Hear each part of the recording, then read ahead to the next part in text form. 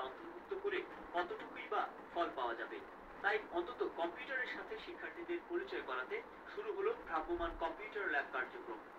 গ্রামীণ স্কুলগুলোকে প্রাধান্য দিয়ে প্রাথমিকভাবে 17টি গাড়ির মাধ্যমে এই সুবিধা দেওয়া হবে, যাতে থাকছে laptop, internet module, digital camera, multimedia projector এবং ওয়েবক্যাম সহ নানা আধুনিক সরঞ্জাম। মিশর দেশে এই ধরনের একটা ব্যবস্থা তারা করছেন।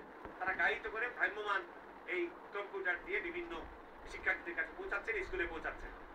আমরা সেই ধারণা ব্যবহার কার্যকরী করার চেষ্টা করেছি। যেসব জায়গায় কম্পিউটার পৌঁছানো সম্ভব না, শিক্ষক পৌঁছানো সম্ভব না, আমরা আজকে মনে করছি তাদের নাগালের মধ্যেই আমরা সেই জিনিসটা পৌঁছাবো।